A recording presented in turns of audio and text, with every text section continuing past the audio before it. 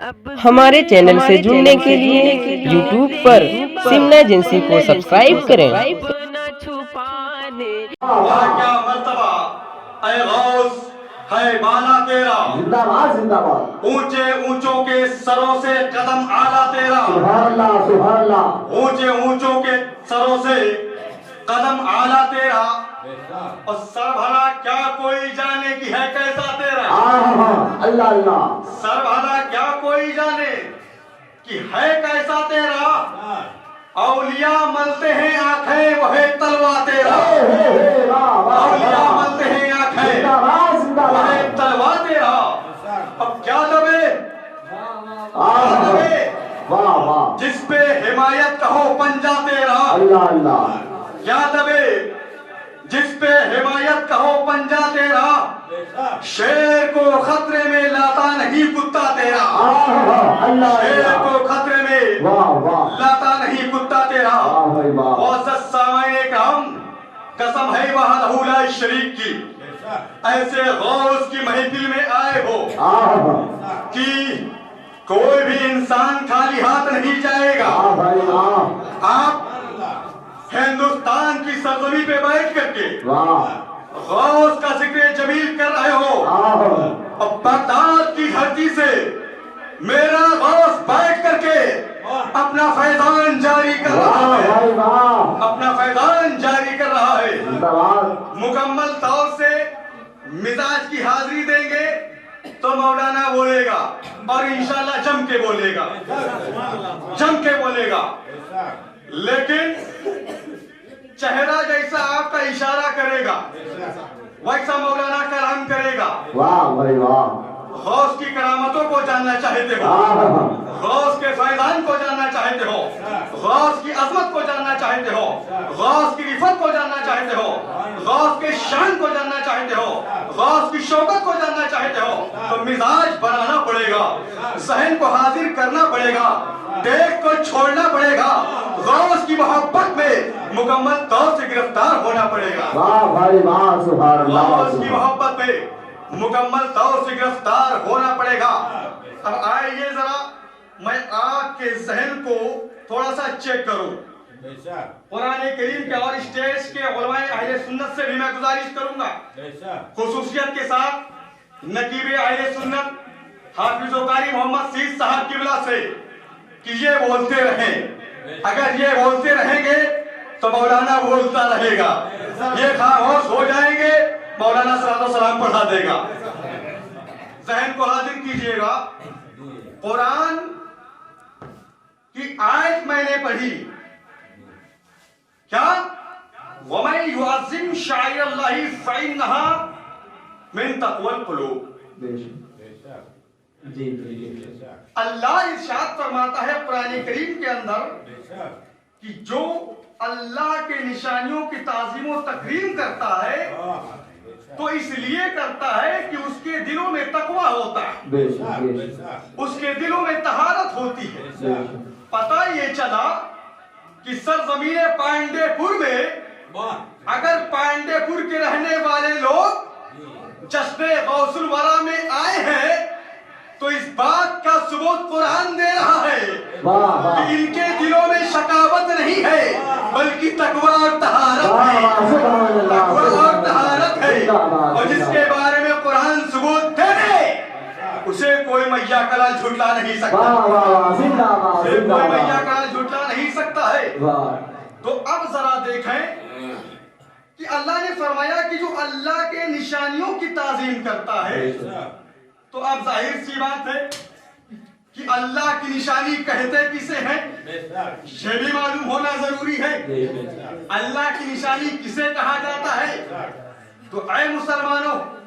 اللہ کی جو نشانیاں ہیں وہ مختلف طریقے سے ہیں۔ اللہ کا مقدس قرآن کہتا ہے ان الصفا والمروۃ من شعائر اللہ، اللہ قرآن میں ارشاد فرماتا ہے کہ بے شک صفا اور مروہ کی جو پہاڑی ہے یہ اللہ کی نشانیوں میں سے ایک نشانی ہے۔ قرآن کہہ رہا ہے کہ صفا اور مروہ پہاڑی اللہ کی نشانیوں میں سے ایک نشانی ہے قربانی کے جانور. اللہ کی نشانیوں میں سے ایک نشانی ہے مدینہ طیبہ. اللہ کی نشانیوں میں سے ایک نشانی ہے مدینہ کے گلی اور کوچے. اللہ کی نشانیوں میں سے ایک نشانی ہے. تو اے مسلمانوں ذرا ذہن کو قریب کرو کہ جب صفا اور مروہ کی پہاڑی اللہ کی نشانی ہے, قربانی کے جانور اللہ کی نشانی ہے, مدینہ طیبہ اللہ کی نشانی ہے, اس کے گلی اور کوچے اللہ کی نشانی ہے, تو کیا میرا غازی اللہ کی نشانی نہیں ہے؟ کیا میرا غوث اللہ کی نشانی نہیں ہے؟ کیا میرا خواجہ اللہ کی نشانی نہیں ہے؟ کیا میرا مخدوم اللہ کی نشانی نہیں ہے؟ کیا اعلیٰ حضرت اللہ کی نشانی نہیں ہے؟ کیا تاج الشریعہ اللہ کی نشانی نہیں ہے؟ کیا صدر الشریعہ اللہ کی نشانی نہیں ہے؟ کیا حافظ ملت اللہ کی نشانی نہیں ہے؟ کیا مجاہد ملت اللہ کی نشانی نہیں ہے؟ کیا برہان ملت اللہ کی نشانی نہیں ہے؟ کیا صابر کلیری اللہ کی نشانی نہیں ہے؟ بلا شک و شبہ جس طریقے سے صفا اور مروہ کی پہاڑی اللہ کی نشانی ہے, قربانی کے جانور اللہ کی نشانی ہے, مدینہ طیبہ اللہ کی نشانی ہے, اس کے گلی کوچے اللہ کی نشانی ہے, اسی طریقے سے جو بھی اللہ کے اولیاء ہیں یہ اللہ کی نشانیوں میں سے ایک نشانی اور نبی کے معجزات میں سے ایک معجزہ ہے. سبحان اللہ سبحان اللہ, زندہ باد زندہ باد. مائک کا بخار چیک کریں کیونکہ یہ کرنٹ پیدا کر رہا ہے, کرنٹ پیدا کر رہا ہے. ذرا دیکھیے گا جیسے بات سمجھ میں آئی کہ اللہ کی نشانیاں مختلف طریقے سے ہیں. پتہ یہ چلا کہ اگر اللہ توفیق دے صفا پہاڑی پہ جانے کا, مروہ پہ پہاڑی پہ جانے کا, تو اس پہاڑیوں کی تعظیم کرو, اس کی تقریب کرو.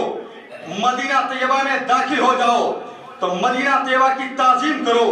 ان کے گلیوں کی تعظیم کرو, قربانی کے جانوروں کی تعظیم کرو, کیونکہ یہ اللہ کی نشانیاں ہیں. تو جب تم غوث کی بارگاہ میں حاضر ہو جاؤ تو غوث کی تعظیم کرو, غوث کی تقریب کرو, کیونکہ اللہ ارشاد فرماتا ہے کہ جو میری نشانیوں کی تعظیم کرتا ہے تو اس وجہ سے کرتا ہے کہ اس کے دلوں میں تقوی اور طہارت ہوا کرتی ہے. نعرہ تکبیر, بولے محبت کے ساتھ بولے نعرہ تکبیر, نعرہ رسالت, جشن غوث البرا, علماء اہل سنت, نعرہ تکبیر, نعرہ رسالت, زندہ باد زندہ باد. اب ذرا ذہن کو حاضر فرمائیے گا کہ اللہ کی نشانیاں اولیاء اللہ ہے. غوث کے ہاں جاؤ تو ادب بجا لاؤ, خواجہ کی نگری میں جاؤ تو ادب بجا لاؤ. اے مولا کس شان والے ہیں یہ, اے مولا کیا خاصیت تو نے خواجہ کو عطا کیا ہے, کیا خاصیت تو نے غوث الورا کو عطا کیا ہے. تو اللہ قرآن میں ارشاد فرماتا ہے, اولیاء اللہ کی شان و عظمت کو بیان کر رہا ہے. الا ان اولیاء اللہ لا خوف علیہم ولا هم یحزنون. قرآن کی آیت طیبہ ذرا اس کو سمجھیں, بڑی مشہور آیت طیبہ ہے, بارہا علماء کی زبانی آپ نے سنا ہے, لیکن ذرا باریکوں کو سمجھو کہ اللہ ارشاد فرماتا ہے الا ان, الا ان, کیا ضرورت تھی, کیا ضرورت تھی, محض اللہ یہ کہہ دیتا اے میرے بندو جو میرے اولیاء ہیں انہیں دنیا میں کوئی خوف نہیں ہوتا, جو میرے اولیاء ہیں آخرت میں انہیں کوئی حزن و ملال نہیں ہوگا. لیکن لفظ اللہ کا استعمال کیوں, لفظ ان کا استعمال کیوں؟ تو اے مسلمانوں یاد رکھو کہ جب کبھی کہیں پر کسی مضمون کے انکار کا احتمال ہوتا ہے, جب کہیں پر یہ بات ہوتی ہے کہ ہو سکتا ہے کہ کوئی شخص اس کو سننے کے بعد انکار کر بیٹھے, تو وہاں پر حروف تنبیہ میں سے کسی ایک حرف کا استعمال کیا جاتا ہے، اور اللہ نے جب ولیوں کی شان کو بیان کرنا چاہا تو ایک نہیں بلکہ دو حرف تاکید کا استعمال فرما دیا، کیونکہ اللہ کی ذات عالم الغیب والشہادہ کی ذات ہے۔ اللہ کو اچھی طریقے سے معلوم تھا کہ ایک دور ایسا آئے گا، ایک زمانہ ایسا آئے گا کہ ایک جماعت ایسی ہوگی جو خواجہ کی یادگار میں ڈوب کر کے خواجہ کا جشن منائے گی، ایک جماعت ایسی ہوگی جو میرے غوث اعظم کا ذکر جمیل کرے گی، ایک جماعت ایسی ہوگی جو غازی کا ذکر جمیل کرے گی، اولیاء اللہ کا ذکر جمیل کرے گی، تو دوسری جماعت کھڑی ہو جائے گی اور کھڑی ہو کر کے یہ کہتی ہوئی نظر آئے گی کہ غوث کا ذکر کرنا غلط ہے، خواجہ کا ذکر کرنا غلط ہے، غازی کا ذکر کرنا غلط ہے، مخدوم کا ذکر کرنا غلط ہے، اعلیٰ حضرت کی یاد منانا غلط ہے، تاج الشریعہ کی یاد منانا غلط ہے، مجاہد ملت کی یاد منانا غلط ہے، حافظ ملت کی یاد منانا غلط ہے، برہان ملت کی یاد منانا غلط ہے۔ اللہ والوں کا تذکرہ کرنا یہ خلاف شرع ہے، تو پاک پروردگار عالم کو پہلے ہی سے معلوم تھا، اسی لیے اللہ نے پہلے ہی سے قرآن میں حروف تنبیہ کو جمع کر کے اور یہ ذہن دے دیا کہ اے میرے بندو، اگر تمہیں کوئی بہکانے کی کوشش کرے گا تو قرآن کی اس آیت کو پڑھ لینا اور اللہ والوں کے دامن سے وابستہ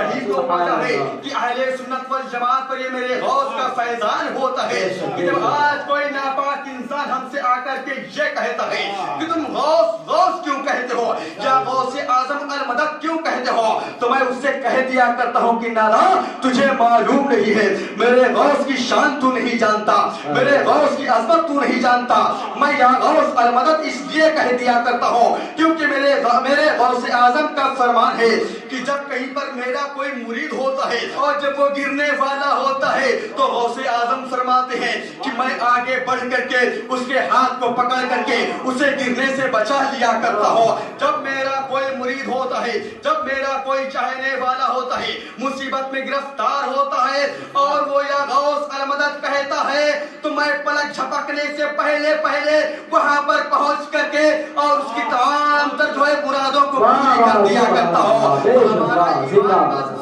ہمارا عقیدہ مضبوط ہے، اے دو ٹکے کے مولوی یاد رکھ لے، تو غوث اعظم کی یاد منا چاہے نہ منا، ہم تیری بات میں نہیں آئیں گے، بلکہ جو کچھ قرآن نے کہا ہے ہم ویسا عمل کریں گے، جو حدیث نبوی سے ثابت ہو رہا ہے ہم ایسا ہی عمل کریں گے۔ اے مسلمانوں ذرا دیکھو اللہ اکبر کبیرہ، اللہ تبارک و تعالیٰ نے اپنے اولیاء کو کس شان و عظمت کے ساتھ دنیا میں محفوظ فرمایا ہے، اولیاء اللہ کو کیا اختیارات اللہ نے عطا فرمایا ہے۔ اور ذرا دیکھو پیارے، آج ہم جو ذکر کرنے کے لیے آئے ہیں یہ کسی محض اللہ کے ولی نہیں ہے، بلکہ یہ تو امام الاولیاء کہلاتے ہیں، محبوب کبریا کہلاتے ہیں۔ اور ذرا دیکھو خود سرکار بڑے پیر غوث اعظم کی شان و عظمت سرکار غوث اعظم کی زبانی ملاحظہ فرمائیے۔ میرے سرکار غوث اعظم رضی اللہ تعالیٰ عنہ کی مبارک ذات ہے، آپ ارشاد فرماتے ہیں کہ ایک روز میں مسند ارشاد پر بیٹھا ہوا تھا کہ میں نے کیا دیکھا کہ آقا دو جہاں صلی اللہ تعالیٰ علیہ وسلم ہے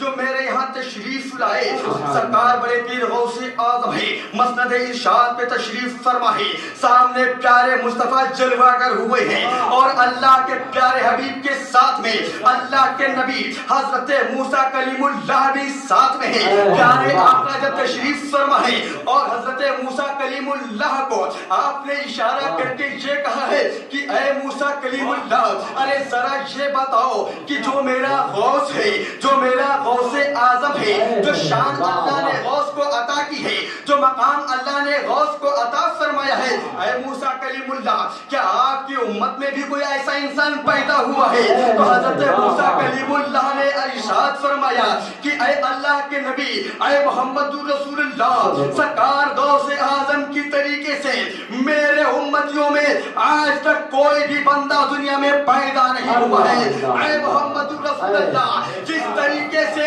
نبیوں میں آپ کا کوئی جواب نہیں ہے، اسی طریقے سے ولیوں میں آپ کے لاڈلے عبد القادر کا کوئی جواب زندہ باد نعرہ تکبیر نعرہ رسالت فیضان غوث اعظم نعرہ تکبیر نعرہ رسالت زندہ باد سبحان اللہ بہت خوب ماشاء اللہ اور ذرا دیکھو اس غوث کی محفل میں آئے ہو پیارے کون غوث اعظم کون غوث اعظم حضرت محمد بن خضر علیہ رحمت و رضوان بیان کرتے ہیں کہ میں نے اپنے والد بزرگوار سے یہ بیان سنا ہے میرے والد بیان کر رہے تھے حضرت خضر علیہ رحمہ ہے اپنے وقت کے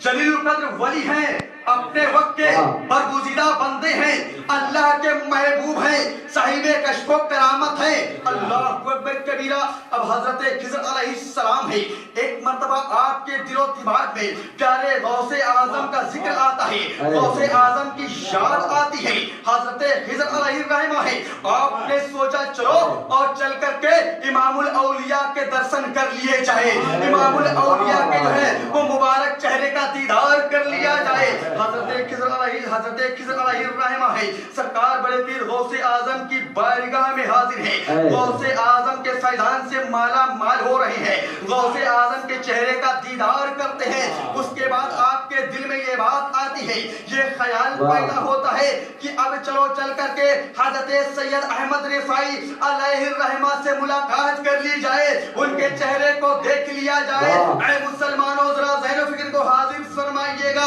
اور ذرا دیکھو کیا شان ہے غوث اعظم کی کبیرہ آپ نے کہا نہیں تھا کہ اے غوث اعظم میں سید احمد رفاعی کے دیدار کرنا چاہتا ہوں آپ نے اپنے دل میں یہ خیال پیدا ہوا تھا آپ نے اپنے ذہن و فکر میں بات سوچی تھی کہ میرے غوث اعظم ارشاد فرماتے ہیں کہ اے خضر تم حضرت سید احمد رفاعی کا دیدار کرنا چاہتے ہو میں ابھی یہیں پہ تمہیں دیدار کرا دیتا ہوں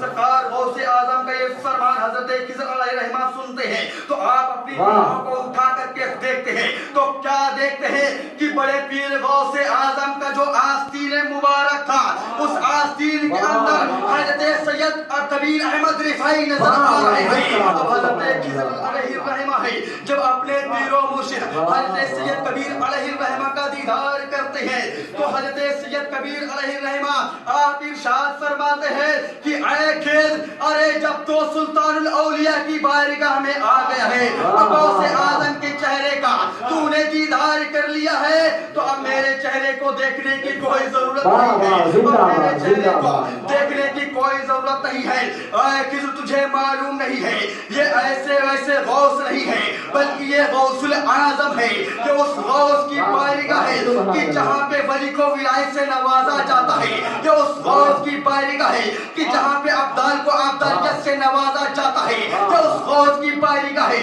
کہ جہاں پر قطب کو قطبیت سے نوازا جاتا ہے حضرت سید احمد کبیر عرض کرتے ہیں کہ اے خضر علیہ الرحمہ ارے تم اتنا جان لو کہ جس غوث کی بارگاہ میں آئے ہو یہ میرے آقا ہے اور ہم ان کے غلام ہیں یہ میرے آقا ہے ہم ان کے غلام ہیں نعرہ تکبیر نعرہ رسالت جشن غوث الورا فیضان غوث الورا شان غوث الورا نعرہ تکبیر نعرہ رسالت زندہ باد زندہ باد ہم ان کے آقا ہے یہ میرے غلام ہے اللہ اکبر کبیرہ چنانچہ اس کے بعد میں حضرت خضر ہے چند دنوں تک بارگاہ غوثیت میں ٹھہرتے ہیں فیضان غوث سے مالا مال ہوتے ہیں چند دن ٹھہرنے کے بعد اجازت طلب کرتے ہیں کہ اے سلطان الاولیاء اے غوث اعظم اب مجھے جانے کی اجازت دی جائے سرکار غوث اعظم ہے آپ انہیں جانے کی اجازت عطا فرما دیتے ہیں جب آپ واپسی کرتے ہیں تو حضرت سید کبیر احمد رفاعی کی بارگاہ میں پہنچتے ہیں تو آپ کیا دیکھتے ہیں کہ جس طریقے سے جس شکل و صورت میں میں نے غوث اعظم کے بارگاہ میں آپ کے آستین میں دیکھا تھا ویسے ہی آپ نظر آ رہے ہیں یہ میرے غوث اعظم کی شان ہے پیارے اور ذرا دیکھو کہ پاک پروردگار عالم جو ہے اس کائنات کے اندر صبح قیامت تک اولیاء کو بھیجتا رہے گا اولیاء کو فائدہ فرماتا رہے گا آج بھی اللہ کے ولی پیدا ہو رہے ہیں اور صبح قیامت تک ہوتے رہیں گے لیکن ذرا دیکھو تو صحیح کہ غوث کا مقام کیا ہے پیارے جب پاک پروردگار عالم کسی بندے کو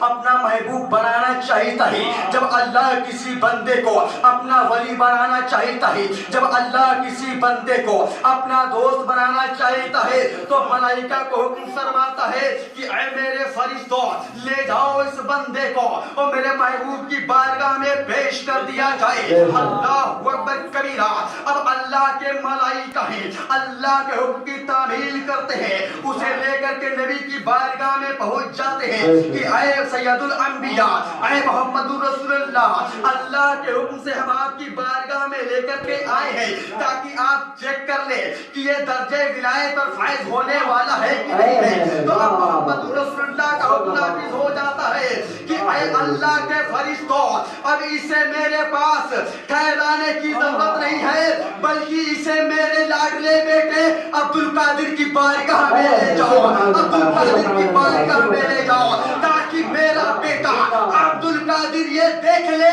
یہ چیک کر لے کہ یہ ولی بننے کے لائق ہے کہ نہیں ہے یہ ولی بننے کے لائق ہے کہ نہیں ہے اللہ اکبر کبیرہ اب فرشتے ہیں اسے لے کر کے بارگاہ غوثیت میں پہنچتے ہیں اور غوث کی بارگاہ میں حاضر خدمت ہے اب سرکار بڑے پیر غوث اعظم ہے اپنی نگاہ غوثیت کو اٹھا لیتے ہیں اور اٹھانے کے بعد میں اس بندے پہ ڈال دیتے ہیں اور آپ ٹیسٹ لیتے ہیں چیک کرتے ہیں کہ یہ اللہ کا ولی ہو سکتا ہے کہ نہیں ہو سکتا ہے ولایت دینے والا در حقیقت اللہ ہے لیکن غوث کی مرضی کے بغیر نہیں دے رہا ہے اللہ اکبر کبیرہ اب غوث اعظم جب چیک کرتے ہیں اور آپ یہ دیکھتے ہیں کہ یہ بندہ اللہ کا ولی ہو سکتا ہے اس کے اندر صلاحیت موجود ہے اس کے اندر خوبیاں موجود ہے تو سرکار بڑے پیر غوث اعظم ہے آپ دفتر محمدیہ میں اس اللہ کے بندے کا ولیوں میں نام درج فرما دیتے ہیں اور اپنی مہر غوثیت کو لگا کر کے اور فرشتوں سے کہتے ہیں اب میرے نانا جان کی بارگاہ میں لے جاؤ نانا جان کی بارگاہ میں لے جاؤ فرشتے اسے لے کر کے چلتے ہیں اور نبی کی بارگاہ میں پہنچا دیتے ہیں جب پیارے آقا کی بارگاہ میں پہنچایا جاتا ہے تو اللہ کے پیارے حبیب ارشاد فرماتے ہیں کہ اے فرشتے سن لو جب میرے لاڈلے بیٹے عبد القادر کی مہر لگ گئی ہے تو اب دیر نہ کرو بلکہ ولایت خلعت سے اسے نواز دیا جائے